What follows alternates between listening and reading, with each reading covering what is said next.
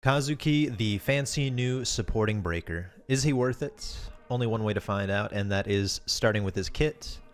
His basic combo is a 4-hitter, fairly long, and each input has multiple hits, with the most important one being the last hit, as this has the highest action damage modifier and highest break value, coming in at 150 compared to the rest breaking at 30. A similar breaker, only has 100 total break in his basic combo, but it also finishes about twice as fast. It also only moves you forward very slightly, so not great at tracking an enemy. The actual meat and potatoes of his breaking is going to be in his secondary attack, which has 2 attacks, both with 5 hits each and both breaking for 500 each. To use his secondary requires 1 stack of memory. Memory is going to be the blue meter he starts off with each fight and has a max of 15 stacks.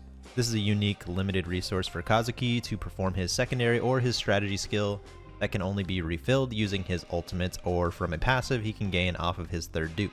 Back to the secondary, it is a whopping 1000 break total off this one skill. It is quite the time commitment though to use the full attack, and only starting this attack is actually going to cost the 1 memory stack. It costs nothing to do the second attack from his secondary, so ideally when this is used you will have enough time to do the full attack. The first hit off the combo will dash you forward quite a good amount, but the second attack will keep you pretty stationary, so use only the first part to gap close. And as I went over in my Yo video, the same will apply here when it comes to canceling out of his attacks at any time, just not his strategy. Speaking of strategy skill, this one requires 4 memory stacks and will give your party a damage reducing shield, which scales off Kazuki's max HP, and place a deflect server wherever you are targeting. The server placed down will do a small burst of damage around itself when you are hit with the shield buff or when a perfect counter or perfect dodge is performed. The shield buff will also last a bit longer on Kazuki over his party members. Kazuki's ult is a decent damaging AoE, but the real kicker is recovering at least 8 stacks of his memory gauge. Also, when his ult is used, if it recovers you back to the maximum memory count, he will get an attack buff that scales by 10% of his own max HP for 20 seconds. Last is his chain skill, which is just a chain skill, but it does place a free deflect server for you, so no need to spend another 4 memory on your strategy to keep getting those lads out. For Kazuki's potential, starting with his first passive, it will further increase how much damage reduction his shield buff will give, each level giving 3% for a cap of an extra 15% on top of the base 30. Will give you a total of 45% damage reduction. If you get hit a lot, then this is definitely something you will want to put points into, or if you're trying to create some sort of turtle comp. His second passive will increase the memory gained off of using your ult, so an extra stack per point invested. This can bump your ult to recovering up to 13 memory. Maybe down the road if we get some sort of long form content this can be useful, but currently most fights don't last long enough for this to matter. Ideally you're able to ult with a DPS character over Kazuki and the fight will be over before he needs to re-up that memory. So with 2 very situationally useful passives, I believe his points are best invested into action damage. Kazuki is definitely a flexible character though, so tinker with what works best for how you play. Gear-wise, I think in most scenarios you should just build damage for all units, but Kazuki does have some more flexible side options as well. Namely with max HP, shield damage reduction, and shield resistance. Again, this is going to depend on your playstyle, but ideally you should build just straight damage, attack, crit damage, and depending on tension setup, crit rate as well.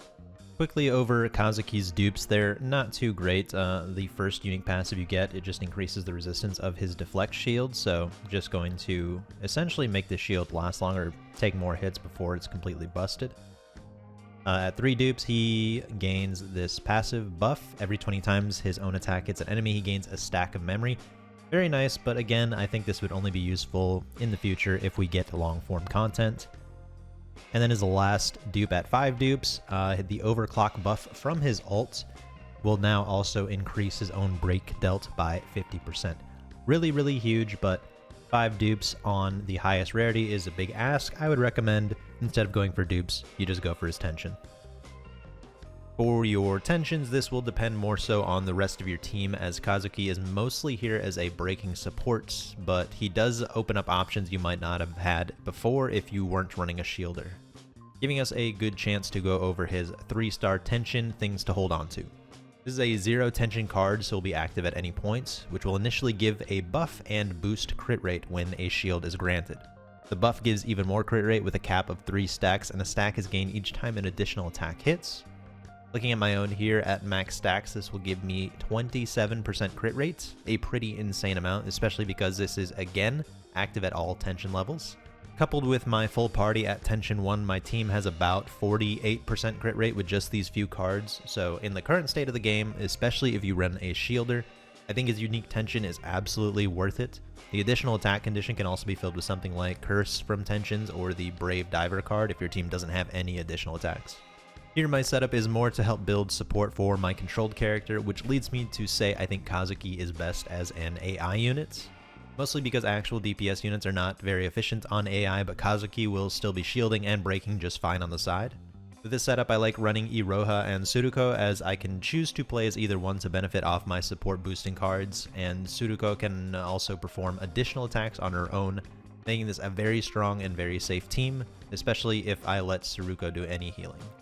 With that said, I think Kazuki can fit into pretty much any team you want him to. Although not as good at breaking as Senju, Kazuki is competent in AI, so probably the best breaker in game currently if you aren't controlling him. Hope this was helpful for everybody. Thank you for watching, and as always, like, comment, subscribe, or don't. See ya.